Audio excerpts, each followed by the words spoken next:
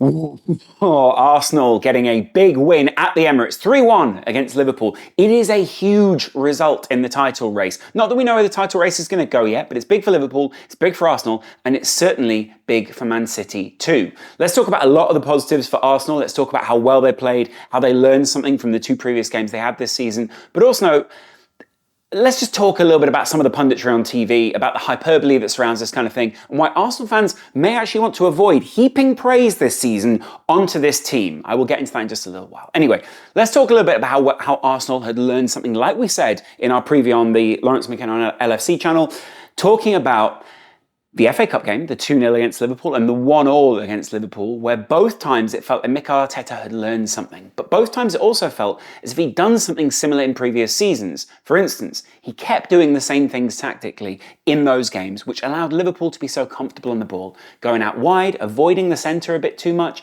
until it was too late in the play, and not being as direct as Arsenal needed to be. But we don't really know why, possibly because he'd been more direct in previous seasons, it hadn't worked quite as well. They've been a lot wider and that had worked much better. And frankly, however you choose to attack Liverpool, there's always going to be some form of weakness because of how Jurgen Klopp plays, right? Because of how he plays the odds, trusts his players, which today obviously backfired on Liverpool. But at the same time, Arsenal found great ways to unlock that Liverpool backline. Huge amount of that was dominance through the middle. Declan Rice and Jorginho, who won Man of the Match from Sky, but also a couple of other people, and obviously also Declan Rice being fantastic, controlling that central area and basically nullifying a lot of what was going on in the middle for Liverpool, not allowing Liverpool to do the counter-attacks that they love to do as much, pushing Liverpool out wide, and then when Liverpool shift out wide, putting that Arsenal emphasis back down the middle and then shifting out to the two wingers. The shape of Arsenal isn't actually all that similar to the two previous games. It was more like a 2-4-4 or a 4-4-2, but traditionally then becomes 2-4-4, right? And Arsenal played it perfectly. Now, we can argue, I'm sure there are plenty of Liverpool fans on either channel saying, well, this was lucky, that was... Arsenal were dominant in this game, or in control in this game, for a number of different reasons. Another one was the fact that Martin Odegaard and Kai Havertz worked out really nice. It was almost like a double pivot on top of a double pivot, right? So the double pivot sits deep of Declan Rice, and just next to him, like in a very strange way, because Liverpool won't have expected maybe for him to play Jorginho, and then immediately in front of that, Odegaard and Havertz. People questioning Odegaard and Havertz quite a lot this season. In fact, people obviously being quite hush about it, but questioning the captain is not a great thing. And people obviously very openly questioning Kai Havertz.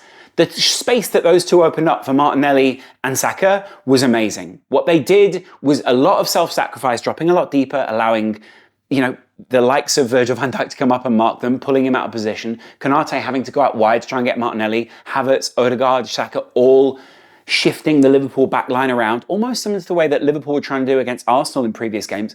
And they just never allowed Liverpool a second to settle on the ball. The second I saw that lineup, and I saw that Gabriel Jesus was not on the lineup, I actually didn't like it as much, because when you look at how that Liverpool midfield matches up against that Arsenal midfield and front line, it's not quite as favourable, especially considering, and this isn't an excuse, but is an explanation, that Liverpool made 3 late changes. Right back, centre mid with Szoboszlai, and then also Darwin Nunez. I think you probably would have started the game with Darwin and changed in with Cody Gakpo. But because Szoboszlai was out, they had to change things around a little bit. And obviously without Salah as well, there's also a bit of a change in the shape for Liverpool. If you'd had someone a bit stronger out there, Elliott didn't really work for Elliott when he came on. Didn't really work for Diaz as much today because he wasn't able to move in the way he wanted to. And frankly, it didn't really work for Jota either, a player who loves to play against Arsenal. So Arsenal nullified a lot of what Liverpool were good at. But that was also through the fact that if you look at the average positions, right, they stretch Liverpool so wide. Previous games, it was a little bit more compressed, a little bit closer together. This Arsenal team was basically laid out like they would be on a television monitor, and kind of, when they're describing the lineups, it's like that. What that allowed them to do was pull that Liverpool formation around, the compression that Liverpool like to do, making the pitch as small as possible, which obviously is very different at the Emirates to what Liverpool are used to, possibly at Anfield and places like that. And it was always going to be a difficult game from the off for Liverpool. Those changes, and then on top of that, Arsenal being very up for it, learning from the previous mistakes they've made in previous games against Liverpool, wanting to an extent revenge, but also, similar to the City game, wanting to have that element of, removing, like a spirit of ghost, or, that kind of hoodoo that a lot of people seem to feel that Arsenal have with certain teams. That's been done this season. Now, I get it. Like I've mentioned a lot of Arsenal players. I actually think the back line was very memorable today as well. And we can talk about the other aspect of that. They limited Liverpool to, I think, one shot on target all game. It was an own goal, obviously, that Liverpool scored. And whilst Liverpool had quite a few shots, not many on target, quite a few of them McAllister or speculative ones from distance, Arsenal never really looked all that uncomfortable and really should have dealt with the own goal. It could have been a 3-0. And frankly, I don't even think that would have been generous to Arsenal. I think 3-1 is probably generous to Liverpool on a day like this. Liverpool can chalk that up to it being one of those days, especially considering the manner of the goals they conceded and all those kind of things. But this game was always going to be won on margins. It's not about saying, hey, Arsenal were dominant and like this is the dominant Arsenal. This is about actually seeing the nuance for Arsenal fans here, realising the way that you won a game and importantly, right, doubling down on that, supporting what the team has done, not getting carried away and saying, hey, we're the best team in the league and we proved that today. There were lots of things that Arsenal proved today. There are a lot of things that Arsenal showed. They were fantastic, but what I wouldn't do is get carried away with, we're better than Liverpool, we're better than the City. I don't think Arsenal are like that, but I also know there's an element of that fan base that can switch very quick. I saw it at the Liverpool game with the FA Cup. As soon as Liverpool scored, the Arsenal fans were off out. It was like, right, it felt very binary. It felt very sort of like, hey, well, if we're going to lose, we're off. And I've got to admit, I was a bit disappointed by that. I heard a lot of people abusing the Scousers for being poor throughout the game, throwing all sorts of abuse at Liverpool. But the second they were winning, they weren't particularly able to deal with that. And I didn't really appreciate that from the Arsenal fans. But today I appreciated the fact that they came back, doubled down and went, right, not in terms of the abuse, although I imagine there was still abuse, but doubled down in terms of atmosphere, doubled down in terms of support of the team and got a result at the Emirates. A huge amount of that could possibly be put down to the fact that Virgil van Dijk obviously made a massive mistake. Is that down to atmosphere? Alisson made a massive mistake. Is that down to atmosphere? For the first goal, equally, is that down to atmosphere? Is that down to the front foot nature of Arsenal starting early, saying, well, we didn't get the early goal in the last one, we'll get the early goal in this one? 3 big mistakes for Liverpool, but Arsenal forced them, and that's the point. If you want to talk about the forcing of mistakes, Arsenal took it to Liverpool. Liverpool barely took it to Arsenal, barely forced them to do anything. And the one time they did, they forced a mistake. Liverpool will be looking at themselves disappointed because they wouldn't want to let Jurgen down like that out there on the field. Jurgen said it after the Chelsea game, they'll be tired, all these things. That team's not just tired, all right? That was a team that looked slightly overawed by the occasion today, and Arsenal, I think, took that as a massive advantage. Now, I want to talk about what I originally talked about at the top of the video, which was not getting too much into this, not reading too much into it, remaining level-headed. Arsenal still second in the table, equal on games with Liverpool. City still have 2 games in hand, which if they win both of them, which we can probably safely assume they would, even though Brentford did the double over them last season, that doesn't seem as likely this season. City will be top, leaving Arsenal third, by the way. But they're still very much within the title race. City win on Monday night. You can't really throw a sheet. You can probably throw a sheet over these 3, but you get what I mean. Like you can't really throw it, but you can throw a sheet over these 3. The point being, Arsenal are very much in this title race. I don't think I've ever said that Arsenal are out of this title race, but they look like one of the weak teams of the 3. Mainly because Liverpool were on a great run, against a run of poor teams, but still on a great run. City were getting Kevin De Bruyne back, Phil Foden was coming into things, there were all sorts of things that were clicking for City, and Arsenal looked frustrated. They had those 2 losses, now it's 3 wins in a row. I think they have more than 2 losses, but out of the last 5, they've had 3 wins and 2 losses. And now Arsenal need to capitalise on that. Don't lose against West Ham. Capitalise against West Ham. Make the difference. Begin to get some momentum from this, because it's not these games necessarily this season that are going to win Arsenal or lose Arsenal the league. It's actually the games where they won't be able to get that traction in every game. They won't be able to get that just outright dominance that they found, because you won't get that in every game. Other teams are going to sit a lot deeper. Other teams are going to find smart ways to undermine Arsenal's tactics that Liverpool didn't necessarily do, because other teams are going to have, guess what? Other things on the line as well. They're going to have their own tactics to undermine Arsenal, their own special weapons that they try to use to undermine the side. So there's that. But also, I saw Odegaard out in the field taking the photos. Love these kind of celebrations. I saw Jorginho doing the dance in the centre circle. I saw everyone looking very jubilant. That's fantastic.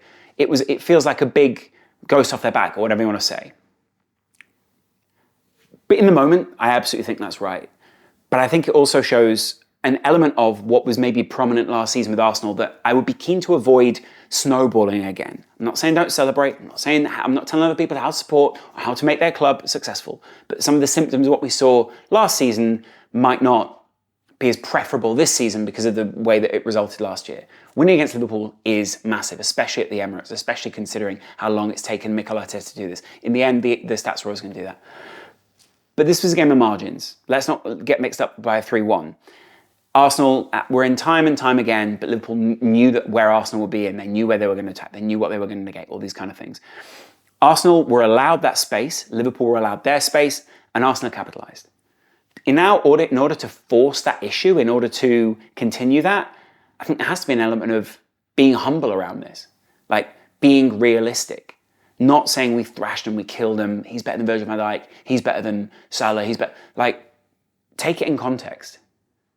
And I think it will serve Arsenal extremely well. Because if Arsenal can now get results, and maybe Liverpool beat City, maybe City beat Liverpool, or whatever it is, and take one or the other out of the title race, Arsenal's still very much there. They've got a lot of great games between now and the end of the season. I think it's 15 games between now and the end of the season. And what I certainly wouldn't do is count Liverpool out of the title race. But that's a whole other video over on the Laurence McKenna on LFC channel. I particularly enjoyed Martinelli today. I think Martinelli's pace was fantastic. I think he deserved a man of the match. I think Saka deserved a man of the match. I think Martinelli's goal, the little push, was really brilliant. It's not a foul. The third goal was really just a symptom of Liverpool losing a man, not having someone over on that side, not having the structure. It was another massive person who's really very on the front foot, and it's very difficult to cope in that back line when you've just made the changes that would have been 11 men and actually were 10. But still, good goals for Arsenal. They capitalised in the moment. Guess what? They did that in previous games and it didn't work. In this one, it did. I think it's really telling that Arsenal looked so up for it. They were so into the game today, and credit to Arsenal for winning this one. Arsenal, second in the league, ahead of City, points in the bag rather than potential points is much more important in this title race. Tonight, Arsenal should be celebrating. They should be going wild at the Emirates. I think I could probably see it from just here. Let me know what you guys think. I actually thought Raya, by the way, was very good today. Commanded his box really well. Came out, like, I know a few other teams on that thing where it's like, oh, well, if I look like I'm going to cross the ball, I can score a goal. Not many people can actually do that. He came out, collected the ball really calmly a number of times, made really solid saves, the kind of thing that actually you'd expect Alisson to do down the other end. It doesn't make Raya the best goalkeeper in the world, but it makes him very solid, which is exactly what Liverpool lacked today. Weirdly, unusually. Anyway, let me know what you guys thought. I really enjoyed that as a performance. As a double pivot, gotta admit, Jorginho Rice, it is compelling. Jorginho Rice, give me 2 dishes of that. Let me know what you guys think in the comments below, and I'll chat to you again real soon right here on the Laurence McKenna channel. Much love.